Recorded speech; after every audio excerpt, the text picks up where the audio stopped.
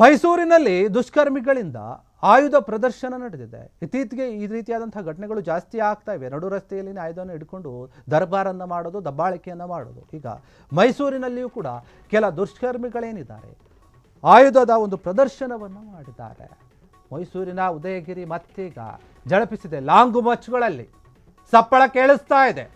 ರೌಡಿಗಳ ಅಟ್ಟಹಾಸಕ್ಕೆ ಬೆಚ್ಚಿ ಬಿದ್ದಿದ್ದಾರೆ ಸಾಂಸ್ಕೃತಿಕ ನಗರಿಯ ಜನರು.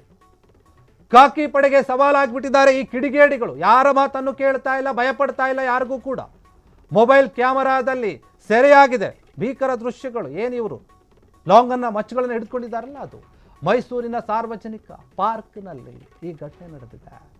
ರೆಹಮಾನ್ ಅಲಿಯಾಸ್ ಟಿಪ್ಪು, ಇಮ್ರಾನ್, ಆಸಿಫ್, ಅಜಾಮ್, ಅಜೀಜ್ ಎಂಬುವರ ನಡುವೆ ಕ್ರಿಕೆಟ್ ಆಟದ ವಿಚಾರವಾಗಿ ಮಾರಾಮಾರಿ ಆಗಿದೆ. ಉದಯಗಿರಿ ಪೊಲೀಸ್ ಠಾಣೆಯಲ್ಲಿ ಪ್ರಕರಣ ಕೂಡ ದಾಖಲಾಗಿದೆ. ಈ ಒಂದು ವಿಚಾರಕ್ಕೆ ಸಂಬಂಧಪಟ್ಟ ಹಾಗೆ ಮೈಸೂರಿನಲ್ಲಿ ಕೆಲ ದುಷ್ಕರ್ಮಿಗಳು ಈ ರೀತಿಯಾಗಿ ನನ್ನೇ ನಡೆಯುತ್ತೆ, ನಾವೇ ಡಾನ್ಗಳು ಅನ್ನೋಂಥ ರೀತಿಯಲ್ಲಿ ಲಾಂಗು ಮಚ್ಗಳನ್ನು ಹಿಡ್ಕೊಂಡು ಪ್ರದರ್ಶನ ಮಾಡಿದ್ದಾರೆ. ಸಾಂಸ್ಕೃತಿಕ ನಗರಿ ಮೈಸೂರು ಬೆಚ್ಚಿ ಬೀಳ್ತಾ ಇದೆ, ಭಯ ಪಡ್ತಾ ಇದ್ದಾರೆ ಜನ. ಏನಾಗ್ತಾ ಇದೆ? ಕೆಲ ಪುಂಡ ಪೋಖರಿ ರೌಡಿಗಳು ಈ ರೀತಿಯಾಗಿ ಸಾರ್ವಜನಿಕವಾಗಿ ಎಲ್ಲರ ಮುಂದೆ ನಡೆದುಕೊಳ್ತಾ ಇದ್ರೆ ಜನ ಹೆಂಗೆ ಭಯಪಡದೇ ಇರೋಕ್ಕಾಗತ್ತೆ? ಅಲ್ಲಿನ ಪೊಲೀಸರಿಗೂ ಕೂಡ ಇದು ಸವಾಲಾಗ್ಬಿಟ್ಟಿದೆ.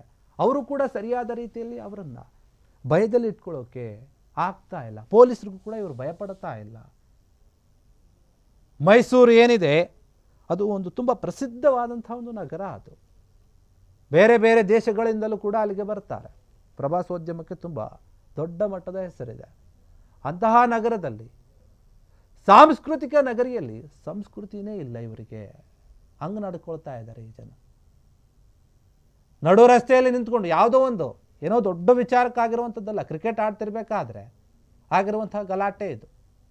ಏನು ಕ್ರಿಕೆಟ್ ಆಡಬೇಕಾದ್ರೆ ಸಾಮಾನ್ಯವಾಗಿ ಜಗಳ ಆಗುತ್ತೆ ಬ್ಯಾಟಿಂಗ್ ಬೌಲಿಂಗ್ ವಿಚಾರದಲ್ಲಿ, ಅಥವಾ ಬೆಟ್ಟಿಂಗ್ ಹಾಕೊಂಡಿದ್ರೆ ಆ ಒಂದು ವಿಚಾರದಲ್ಲಿ. ಇಲ್ಲ ಔಟ್ ಆಗಿರುತ್ತೆ, ಅದು ಔಟ್ ಅಲ್ಲ ಅಂತ ಹೇಳಿರ್ತಾರೆ, ಅದಕ್ಕೆ ಕೂಡ ಆಗಿರುತ್ತೆ ಗಲಾಟೆ. ಒಂದು ಚಿಕ್ಕ ಚಿಕ್ಕ ವಿಚಾರಕ್ಕೆ ಗಲಾಟೆ ಆಗುತ್ತೆ. ನಾವು ಗಲ್ಲಿ ಕ್ರಿಕೆಟ್ಗಳನ್ನು ನೋಡ್ತೀವಿ, ಎಷ್ಟೋ ಗ್ರೌಂಡ್ಗಳಲ್ಲಿ ಹೋಗಿ ಆಡಿ ನೋಡ್ತಾರಲ್ಲ. ಒಂದು ಸಣ್ಣ ಸಣ್ಣ ವಿಚಾರಕ್ಕೆ ಅದು ಔಟ್ ಆಗಿರುತ್ತೆ, ಇಲ್ಲ ಔಟ್ ಇಲ್ಲ ಅಂತ ಕೆಲವನು ಹೇಳ್ತಾನೆ, ಇಲ್ಲ ಕೆಲವು ಔಟ್ ಆಗಿದೆ ಅಂತ ಕೆಲವನು ಹೇಳ್ತಾನೆ. ಹಂಗೆ ಜಗಳ ಶುರುವಾಗ್ಬಿಡುತ್ತೆ, ದೊಡ್ಡ ಮಟ್ಟಕ್ಕೆ ಆಗ್ಬಿಡುತ್ತೆ, ಹೊಡೆದಾಡ್ಕೊಳ್ಳೋ ರೀತಿಗೆ ಹೋಗ್ಬಿಡುತ್ತೆ. ಈ ಘಟನೆ ಈಗ ಆಗಿದೆ ಮೈಸೂರಿನ ಸಾರ್ವಜನಿಕ ಪಾರ್ಕ್ನಲ್ಲಿ ಆಗಿರುವಂಥದ್ದು. ಆ ಘಟನೆಯಲ್ಲಿ ರೆಹಮಾನ್ ಅಲಿಯಾಸ್ ಟಿಪ್ಪು, ಇಮ್ರಾನು, ಆಸಿಫು, ಆಜಾಮು, ಆಜೀಜ್ ಏನಿದ್ದಾರೆ ಇವರೆಲ್ಲರೂ ಕ್ರಿಕೆಟ್ ಆಡ್ತಾ ಇರ್ತಾರೆ. ಕ್ರಿಕೆಟ್ ಆಡಬೇಕಾದ್ರೆ ಯಾವುದೋ ಒಂದು ವಿಚಾರವಾಗಿ ಇವ್ರ ಮಧ್ಯೆ ಜಗಳ ಆಗಿದೆ. ಎಲ್ಲರೂ ಲಾಂಗು ಮಚ್ಚುಗಳನ್ನು ಹಿಡ್ಕೊಂಡಿದ್ದಾರೆ. ನಾನೇನು, ನಿಂದೇನು, ನಂದೇನು ಅನ್ನೋಂಥ ರೀತಿಯಲ್ಲಿ ಮಾತುಗಳನ್ನು ಆಡ್ಕೊಂಡಿದ್ದಾರೆ.